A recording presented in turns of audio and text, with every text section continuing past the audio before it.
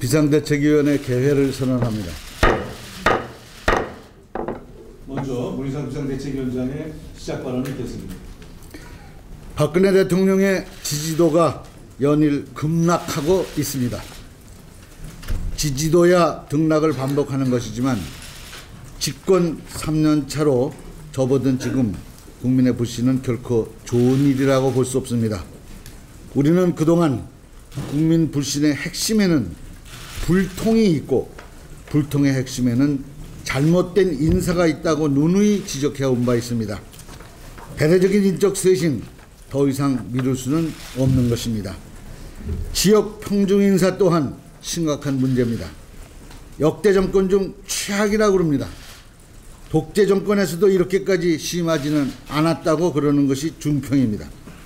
지난주 우리 당은 대한민국 역사상 야당 최초로 국정자문회의를 개최한 바 있습니다. 장 차관, 시도지사 등을 역임했던 이분들도 이렇게 심각한 지역 편중은 보다 처음이라고 하였습니다. 인사가 만사라고 하지만 이 정도면 망사를 넘어 참사라고 해도 과언이 아닐 것입니다. 오늘 우리 당은 민병두 민주정책연구원장을 단장으로 하는 지역 편중인사 TF를 구성합니다. 박근혜 정부의 지역 편중인사 인사 전행이 그 전 실태를 낱낱이 밝혀내겠습니다. 정부가 대대적인 인적 쇄신과 탕평 인사를 통해서 국민 소통의 길, 국민 통합의 길로 가도록 제1야당으로서의 역할을 다하겠다는 것을 다짐합니다. 오늘부터 24일까지 스위스에서 다보스 포럼이 개최됩니다. 이번 주제는 새로운 세계 상황, 세계가 직면한 새로운 난제로서 소득 불평등의 문제를 심도 있게 다룰 예정이라고 합니다. 특히 우리 당이 제시한 소득주도 성장론과 맥을 같이 하는 포용적 성장을 새로운 경제발전의 열쇠라고 강조하고 있습니다. 소득 불평등을 해결하고 동반 성장을 꾀하는 것이 다음 50년을 위한 중요한 정책 과제로 보고 바로 지금 소득 불평등을 더욱 가속화시키는 낡은 경제 기조의 기여를 바꿔야 할 때라고 역설하고 있습니다. 또 GDP가 건강한 경제 시그널이라는 1차적인 접근에서 벗어나 다양한 복지, 국내 세금 시스템의 구조조정 등 다차원적인 지표가 동시에 작동되어야 포용적 성장이 달성할 수 있다고 강조하고 있습니다. 저는 박근혜 정부의 경제 기조에 대해서 흘러간 옛노래이며 세계적인 추세와도 역행하는 낡은 정책 기조라고 규정한 바 있습니다. 세계적인 흐름은 소득 불평등 해소를 위한 세금 시스템의 구조조정인데 박근혜 정부만 거꾸로 서민 증세, 재벌 감세 기조로 계속 나가고 있는 형편입니다. 재벌과 대기업 감세는 그대로 놔둔 채 힘없는 월급쟁이들 호주머니만 털려고 하니 직장인들의 13월의 분노는 너무나 당연한 것입니다. 기획재정부가 발표한 재정동향에 따르면 지난해 법인세는 1조 5천억 원이 줄고 소득세는 4조 8천억 원이 늘었다고 합니다. 이번 직장인 세금 폭탄은 결과적으로 재벌 감세로 구멍난 법인 세수를 직장인들 세금으로 메꾸려고 하는 그런 꼬리에서 출발한 것입니다. 기업 소득에 대한 법인세 정상화만이 이 문제를 해결할 수 있는 유일한 열쇠라고 생각합니다. 지난 19일 통일 준비를 주제로 통일부, 외교부 등 4개 부처 대통령 업무본부가 있었습니다. 가칭 평화통일 기반 구축법 제정 등 통일 준비를 제도화하고 통일 인프라 구축을 하겠다는 정부의 계획에 일단 칭찬을 드리고 싶습니다. 한반도 평화와 통일은 헌법적 가치입니다. 정부가 바뀌어도 통일 준비가 지속될 수 있도록 하겠다는 정부의 계획은 중요한 변화라고 생각을 합니다. 국민의 정부와 참여정부는 남북관계를 비약적으로 발전시킨 정부였습니다. 박근혜 정부가 통일 준비를 계속하기 위해서는 6.15 선언, 14 정상선언을 그대로 계승하면 될 일입니다. 북의 주장은 오이사 조치 해제와 한미 군사훈련 중단입니다. 한미 군사훈련은 한미 간 협의가 필요하지만 오이사 조치 해제와 금강산 관광 재개는 우리 정부가 결심만 하면 바로 실행할 수 있다고 생각합니다. 오이사 조치 해제와 금강산 관광 재개를 위한 박근혜 정부의 과감한 결단을 다시 한번 촉구합니다. 이런 결단이야말로 실질적인 통일 준비를 위해서 꼭 필요한 조치들이라고 생각합니다. 거듭 말씀드리지만 남북관계가 좋을수록 남북 모두에게 득이 되고 남북관계가 안 좋을수록 남북 모두에게 독이 되었다는 것이 역사의 교훈입니다. 이상입니다. 예, 오늘 우윤근 원내대표와 이석현 비대위원께서는 다른 일정과 오늘 불편한 의견을 참석을 못하셨습니다. 다음은 김성곤 비상대책위원회 발언이 있겠습니다.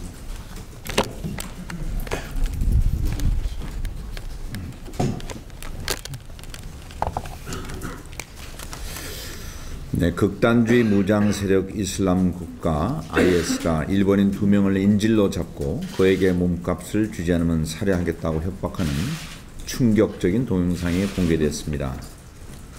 또한 IS는 아시안컵 축구 경기를 보았다는 이유로 10대 청소년 13명을 살해하는 그 충격적인 뉴스도 있었습니다. 2014년 우리 대한민국 국민 김선희 씨도 이라크 무장단체에 의해 피랍 살해된 적이 있습니다. 미국과 서방도 평화적인 방법으로 중동 문제를 해결하도록 해야 되지만 이슬람 세력의 이러한 극단적인 행동은 어떠한 이유로도 정당화될 수 없습니다. 박근혜 정부 2년간 투자 활성화로 경제를 부양하겠다고 공언한 발표만 벌써 7번째입니다. 특히 대기업들의 카지노 사업 진출의 길을 터주는 것이 목적인 카지노 복합 리조트 허용은 내수 활성화를 위한 대안이 될 수 없습니다. 또한 대기업에 이어 수도권에 편중된 규제 완화 정책들이 지역경제 활성화와 지역균형 발전에 걸림돌이 될까 우려스럽습니다. 실질적 내수 활성화는커녕 사회 양극화만 심화시킬 정부의 대기업 투자 촉진 대신 소득주도 경제 선순환 대책으로 전환하기를 촉구합니다. 이상입니다. 다음은 인재근 위원회 발언이 있겠습니다.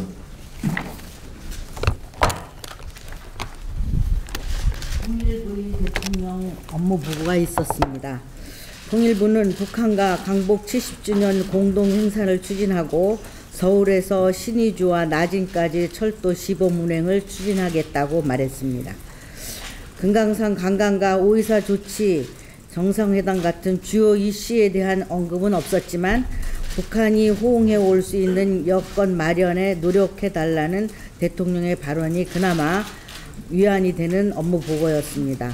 2년 동안 서울 개성 간의 철도도 운행하지 못하는 처지에 서울 신의주 간 철도 운행은 정부의 허풍일 뿐이라는 비판이 쏟아지고 있습니다. 비록 통일부의 사업계획이 신상품이라며 질소만 잔뜩 넣은 충전한 그런 과자 봉지일 수 있겠지만 용두사미를 걱정하면서 국민들은 또 한 번 기대를 하고 있습니다. 모니카 목사님은 감이 아닌 민이 주도하는 통일을 주장했습니다. 대북 정책에서 흔히 벌어지는 외교부와 통일부의 엇박자에서 보듯이 관주도 통일 사업의 한계를 잘 아셨기 때문입니다. 그러나 오이사 조치 이후 민간의 교류가 너무나 위축되었습니다. 정부와 민간이라는 쌍두마차를 굴려도 될까 말까 한 통일과 평화입니다. 만약 대통령이 드레스덴 선언이 진실이고 통일이 대박이라면 정부가 억압하고 있는 민간의 대화와 교류부터 통 크게 열어야 할 것입니다. 예, 다음은 원혜영 위원회 발언이 있겠습니다. 오늘 아침 도하신문에서 국민들은 대통령이 장관들과 티타임을 갖는 모습을 보았습니다. 대통령 취임 3년 차에 처음으로 있는 일이라고 합니다. 앞으로 소통하는 대통령의 모습을 더 많이 보기를 국민들은 기대할 것입니다. 그러나 정말 보여줘야 할 일은 국전쇄신의 핵인 인사쇄신일 것입니다. 박 대통령은 어제 국무회의에서 꼭 필요한 소폭 개각을 하겠다고 얘기를 했습니다. 소폭 개각으로 국정을 쇄신한다. 형용 모순입니다. 구멍난 타이어 땜질만 하고 새 출발을 하겠다고 할 때 아무도 새로운 기대를 하지 않을 것입니다.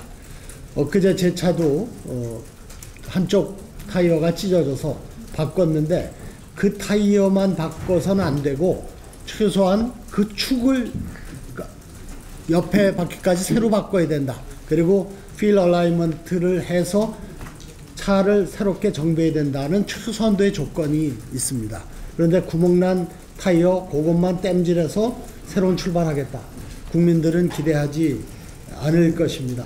정말 집권 3년 차를 맞이해서 국민들의 실망과 불신을 극복하는 길은 청와대와 내각의 전면 쇄신임을 다시 한번 강조하고 싶습니다. 연말 정산이 13월에 공포로 드러나면서 정부는 간이세표를 조정하겠다면서 여론 무마에 나서고 있습니다. 전형적인 조삼모사라며 국민들이 더욱 반발하고 있습니다. 문제의 본질은 연말정산이 아니라 부자감세 서민증세입니다.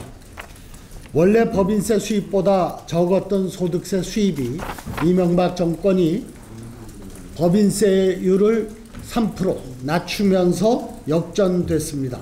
박근혜 정부가 들어서면서 해가 갈수록 그 격차가 벌어지고 있습니다. 지난해 법인세 수입은 1조 5천억이 줄고 소득세 수입은 4조 8천억이 들었습니다. 봉급 생활자와 자영업자의 지갑을 털어서 재벌들의 배를 불려주는 대한민국의 현주소가 적나라하게 드러나고 있습니다. 정부는 연초에 담배값 인상으로 시작해 줄줄이 예정되어 있는 서민증세 계획을 철회하고 법인세를 인상해서 부족한 세수 대책을 세워야 합니다. 국민들도 증세의 필요성을 모르는 것이 아닙니다. 다만 공정하지 못한 세제에 분노하는 것이고 그 정점에 연말정산 문제가 놓여있을 뿐이라는 것을 정부는 분명히 알아야 합니다. 무려 552조에 달하는 사내 유보금을 쌓아놓고 있는 재벌, 대기업들을 생각하면 법인세 인상이 경제를 위축시킨다는 말이 얼마나 허황된가 금세 알 수 있습니다. 정부는 더 이상 서민 주머니 털어 구멍난 세수 메꿀 생각을 해서는 안 됩니다. 이명박 정부 때 내린 법인세를 환원하는 근본 처방이 있어야 할 것입니다. 예, 다음으로 저희가 비상대책위원회 회의를 하면서 매주 좀 격주로 수요일날 저희 당의 혁신의 방향 중에 하나로 지방자치단체의 의견을 듣는 자리를 만들고 있습니다. 오늘 네 번째 순서로 이춘희 세종특별자치시장께서 선거하였습니다. 발언하시겠습니다. 네, 세종특별자치시장 이춘희입니다. 오늘 새정치민주연합 최고위원회에 참석할 수 있게 돼서 영광입니다. 이 자리에 참석할 수 있도록 허락해 주신 문희상 위원장님께 감사의 말씀을 드립니다. 금년은 지방자치단체장, 민선지방자치단체장 선출이 있은 지 20년이 되는 해입니다. 광복 50년을 맞이해서 민선자치단체장을 뽑았고 올해는 그 20년째가 되는 해입니다. 지난 20년간 지방자치 역량이 크게 늘어났다고는 하지만 여전히 권한은 중앙이 집중되고 있고 인구와 산업은 수도권에 계속해서 집중되고 있는 그런 현실입니다. 지방자치는 생활정치의 근간이자 풀뿌리 민주주의 원천이라고 합니다. 그리고 국가균형발전 전략은 수도권 과밀화를 극복하고 지역경제의 고른 발전을 이끌어 나갈 현실적이고 유일한 대안이라고 생각합니다. 그런데 최근 이 정부에서는 불합리한 규제 철폐의 일환으로 수도권 규제 완화를 검토하고 있습니다. 이는 적절치 않은 판단으로 생각합니다. 최근 비수도권 14개 시도가 함께 참여하는 균형발전협의체에서 공동 성명서를 냈습니다. 바로 그저께의 일입니다. 국가균형발전이라는 대원칙 하에 수도권과 지방이 상생 발전하는 길을 찾아야 할 때라고 생각을 합니다. 따라서 수도권 규제 완화보다는 수도권과 지방이 상생 발전할 수 있는 그런 정책 대안을 발굴하는 것이 훨씬 더 필요한 일이라고 생각합니다. 저는 지방화 상징이자 국가균형발전을 선도하는 세종특별자치시의 시장입니다. 시장으로서 한 말씀 드리겠습니다. 세종시는 국가균형발전의 상징이자 지방분권시대를 상징하는 미래도시의 꿈입니다. 참여정부와 500만 중청인들이 만들어낸 꿈의 도시라고 생각합니다. 지난해 3단계 정부 청사 이전 계획이 완료돼서 모두 36개의 중앙행정기관과 14개의 국책연구기관이 이전했습니다. 이제 중앙부처 공무원 13,000명과 3,000명의 국책연구기관 종사자들이 세종시에서 상주하면서 일을 하게 됐습니다. 국정의 3분의 2, 특히 민생과 관련되는 국정이 세종시에서 이루어지는 시대가 됐습니다. 그럼에도 불구하고 아직도 불비한 점들이 상당히 많습니다. 미래창조과학부, 해양수산부는 현행 행복도시 건설 특별법에 의해서 당연히 세종시로 이전되도록 되어 있습니다. 그런데 아직까지 이전 절차가 진행되지 않고 있어서 법률 위반 상태가 지속되고 있습니다. 조속히 미래창조과학부와 해양수산부의 세종시 이전 절차가 마무리되기를 바라겠습니다. 그리고 국민안전처, 인사혁신처, 또 작년도에 정부조직법 개정에 따라서 새로 신설되게 됐는데 이들 부처 역시 국무총리실 직속이기 때문에 세종시로 조속히 이전되어야 합니다. 그리고 국회와 행정의 분리에 따른 문제를 해결하기 위해서 국회 분원의 설치, 또 청와대 제2지무실 설치도 중앙정부 차원에서 중앙정치 차원에서 적극적인 검토가 이루어졌으면 하는 바람을 갖고 있습니다. 또 서울 세종 간 고속도로는 2006년도에 계획이 수립되고 2009년도에 타당성 조사까지 마무리됐지만 아직까지 착수가 되지 않고 있습니다. 세종과 서울 간의 연결을 원활히 하기 위해서도 꼭 필요한 그런 인프라 시설이라고 생각합니다. 조속히 착공될 수 있도록 당 차원에서도 적극적인 지원을 해주시기 바랍니다. 이제 국정의 3분의 2를 책임지는 세종특별자치시를 우리 새정치민주연합이 시작을 했습니다. 이제 마무리도 우리 새정치민주연합이 함께 해주셨으면 좋겠습니다. 세종시민 모두의 열망을 우리 새정치민주연합 최고위원회에 전달해 드리겠습니다. 감사합니다. 네, 해외 자원개발 진상 규명을 위한 국정조사 특별위원회 간사 홍영표 의원입니다. 지난 12월 29일 국회 본회의를 통해서 국정조사 특위가 정식으로 활동을 시작했습니다. 그래서 저희 야당 측 위원들은 지금 현재 자료 수집 또 여러 가지 준비 작업들을 진행하고 있습니다. 전체 위원과 보좌진 그리고 회계사, 해외자원개발 전문가까지 참석하는 워크숍도 가졌습니다. 지금 언론에서 계속해서 새로운 사실들을 이렇게 많이 밝혀주고 있어서 저희들한테도 큰 도움이 되고 있습니다. 그리고 지금 국정조사가 본격화되기 시작하니까 여러 가지 새로운 제보도 들어오고 있다는 말씀을 드립니다. 이번 국정조사는 국민의 혈세가 해외 자원 개발이라는 명목 하에 천문학적으로 국부 유출로 끝났습니다. 그렇기 때문에 이것이 어떻게 이루어졌고 지금 부실의 규모가 정확하게 어떻게 되는지 이것을 누가 책임을 져야 되는지 이것을 국정조사 과정에서 밝혀내야 된다고 생각합니다. 그러기 위해서는 사실 박근혜 대통령과 정부 여당이 의지를 가져야 됩니다.